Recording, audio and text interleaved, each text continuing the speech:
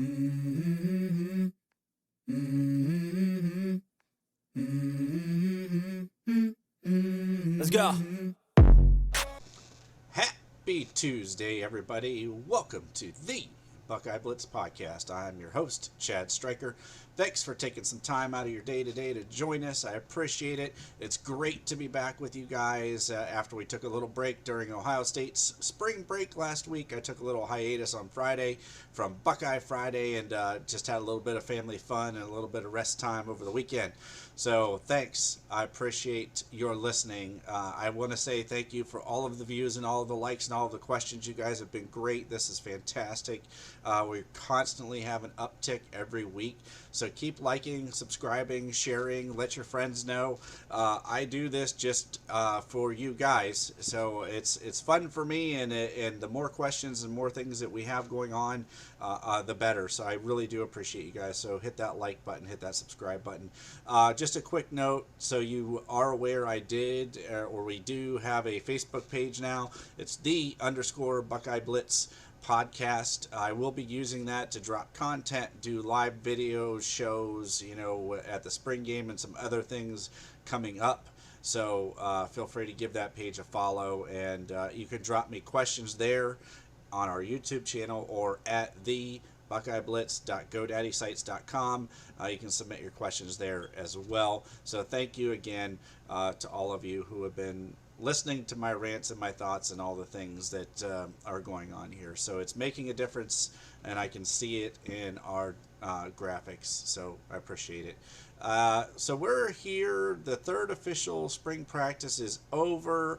As of today, there's going to be a scrimmage coming up on Saturday the 25th if you're keeping track at home. So you will have a practice on Thursday the 23rd, a scrimmage on Tuesday or Saturday the 25th, and then there'll be practices to follow the 28th and 30th of March. And then we'll roll the calendar over to April, and I think a lot of us in Ohio are looking forward to that. Some warmer weather and starting to march towards that summer and fall camps for Ohio State. So there will be practice on April 1st, 3rd, 5th, 7th, 10th, 12th, 14th, all culminating in the spring game, April 15th. See you there, or hope to. So now it is Q&A Tuesday, so I grabbed a couple questions that I thought were worth answering and not worth answering, but that I enjoy answering or whatever. I don't know what to say about it. I'm just going to answer a couple questions. So, and then I'll get to the spring practice report. Just so you guys know, it was closed to everyone. So I didn't see any footage today. I didn't get to review any film, and neither did any of the folks that are in and around the Woody or beat reporters for Ohio State. So I did listen to Coach Day's press conference on my lunch. So I'll give you my thoughts on that. But for the Q&A Tuesday questions, these came in over the weekend. I thought I got to all of them last week, and if I didn't, send me another one and remind me. But I have these couple. So this one's from Ohio State Buckeye LVR. I think it means lover. Ohio State Buckeye lover. Do you honestly expect the defense to be better than last year? It wasn't much better than it was in 2021. Okay, so I'm going to come at this from a couple different angles and tackle a couple different things. I feel like there's a lot to unpack in that question. So let's start with I'll first answer the actual question. Yes, I absolutely expect this defense to be better than last year. You have to realize the end of the Kerry Combs era in 2021, he wasn't even calling the defense, really. If you think about it, he got demoted, and there was a lot going on, a lot of inner turmoil.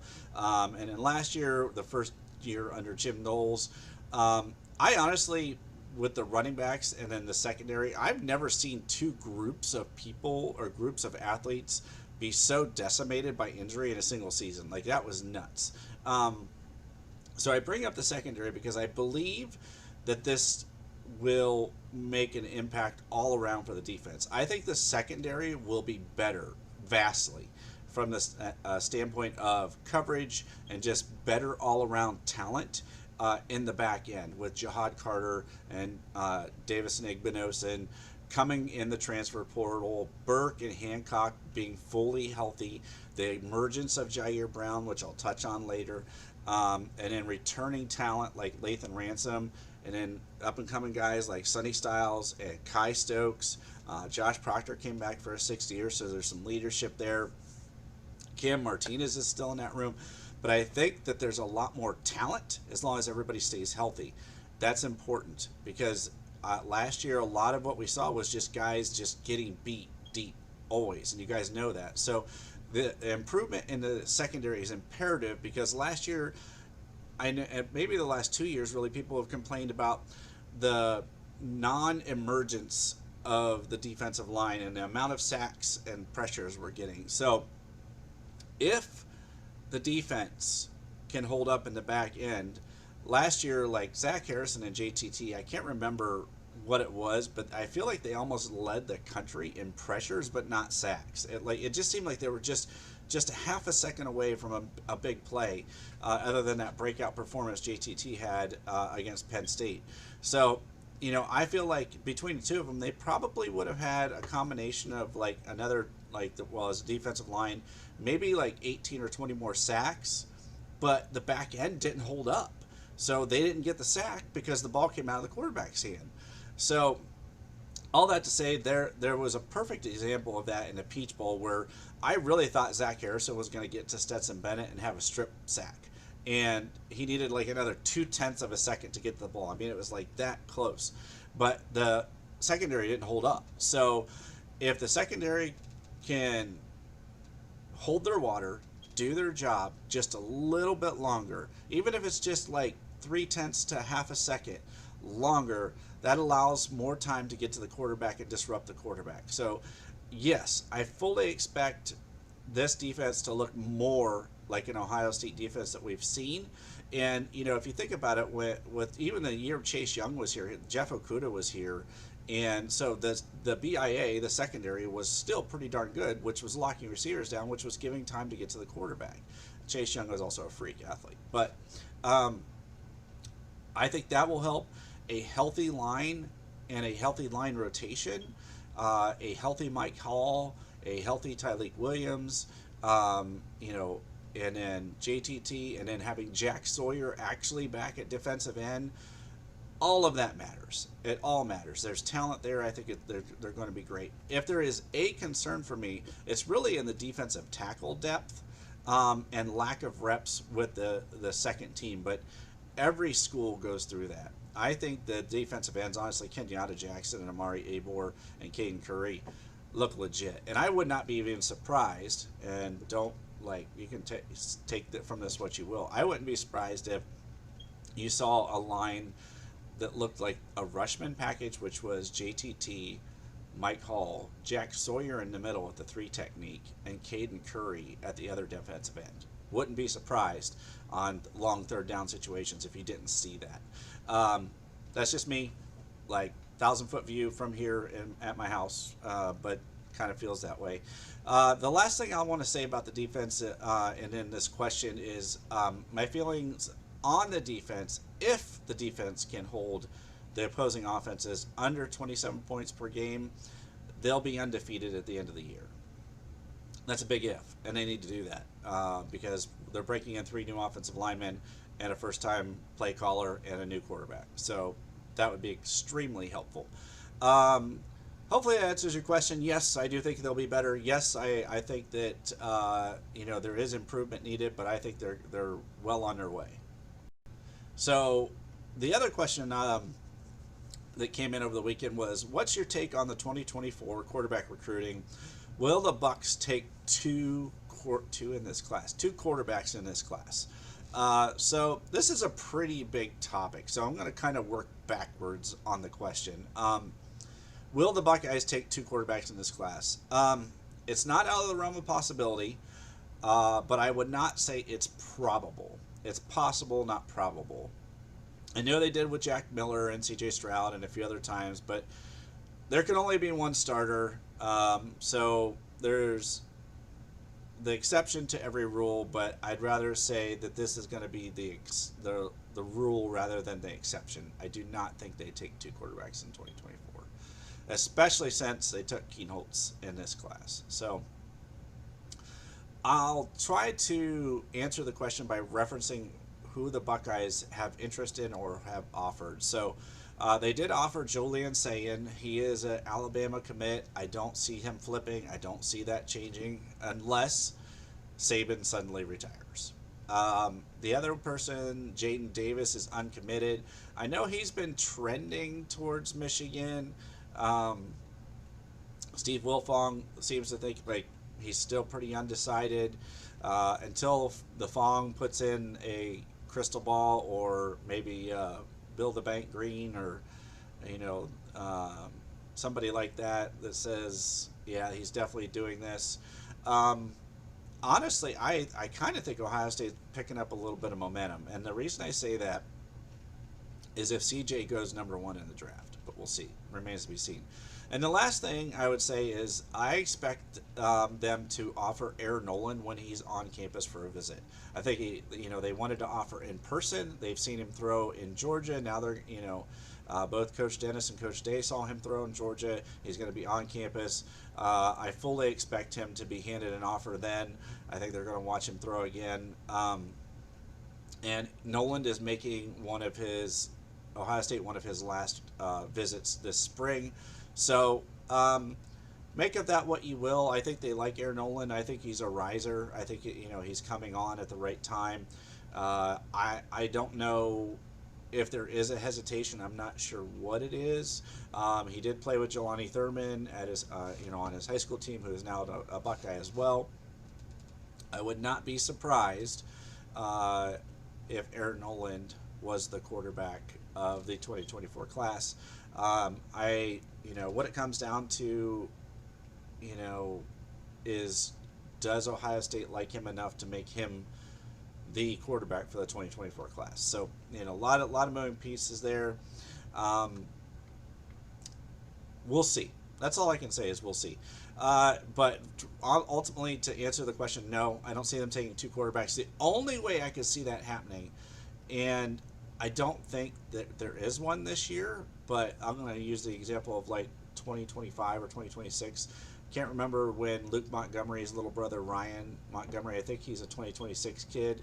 He's an Ohio kid, so I could see them offering an Ohio kid early, and then maybe locking that down and then looking for somebody nationally, a la Joe Burrow and Dwayne Haskins. So things can happen, things can come to fruition. What I don't think will happen is if they think Jaden Davis is truly in the fold, they won't take Air Noland. I think Air wants Ohio State. I think Ohio State is in on Air Noland, but I don't know that they've settled on him being their guy yet. I still think they're trying to work their way back in with Jaden Davis.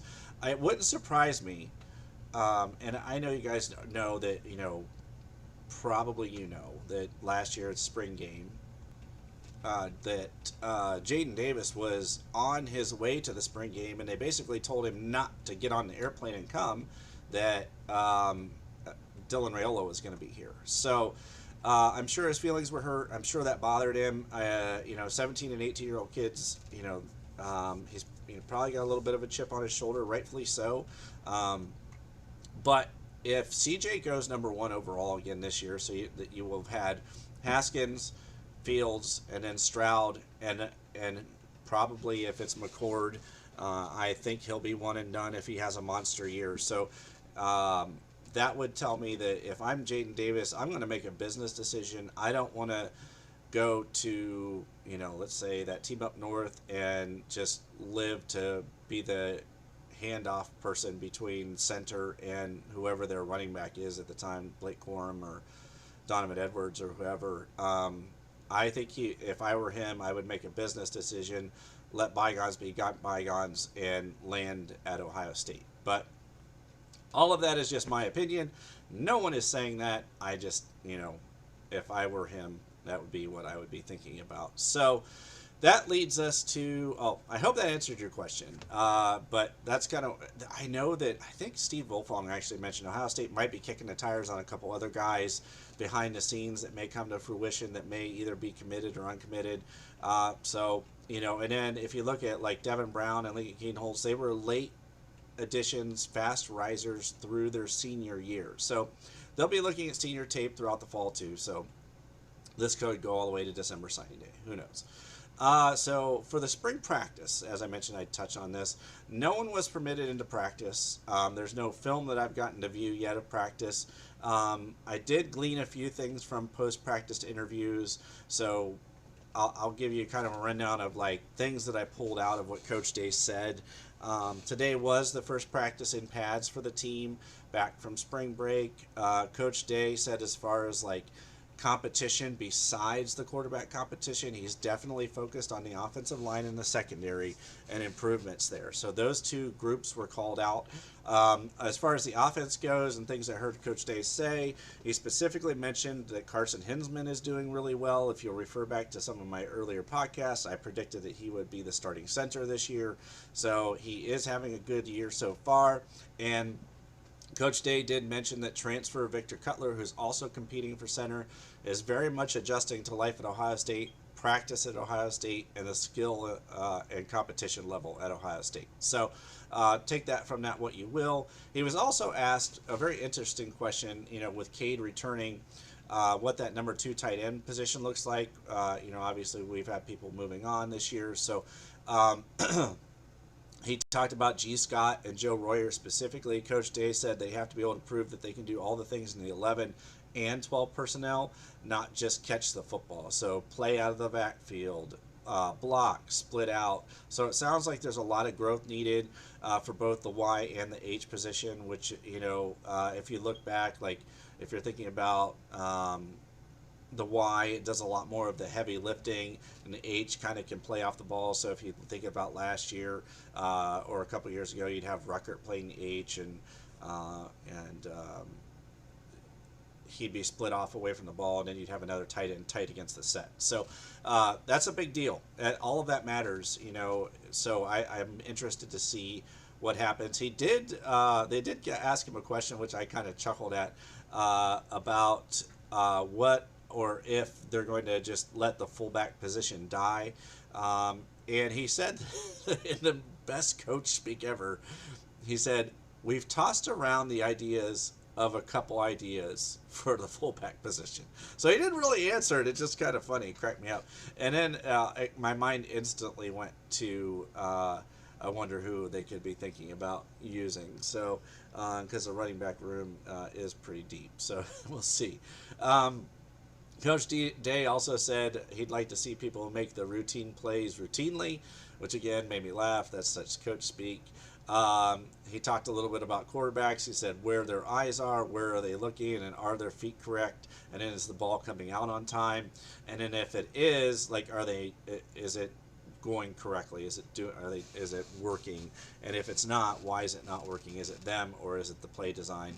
So very interesting comments out of Coach on a few things, but he didn't give us a lot. Names I was surprised to hear Coach Day mention. He mentioned Jair Brown looking good this year in the secondary. So he just keeps on proving himself. I wouldn't be surprised if he's, in that dime package this year.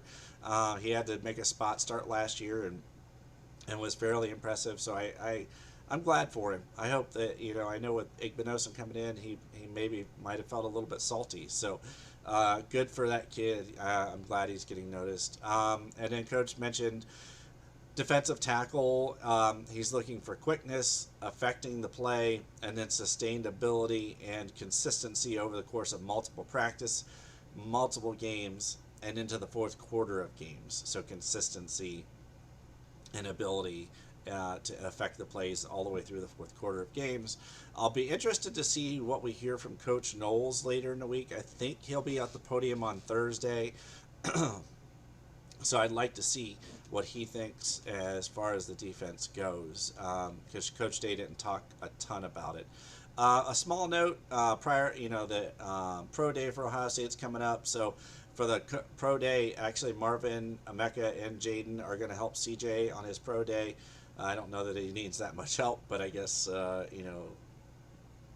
you're a friend of mine is a friend of mine, so we'll go with that. And so that's going to do it for me today.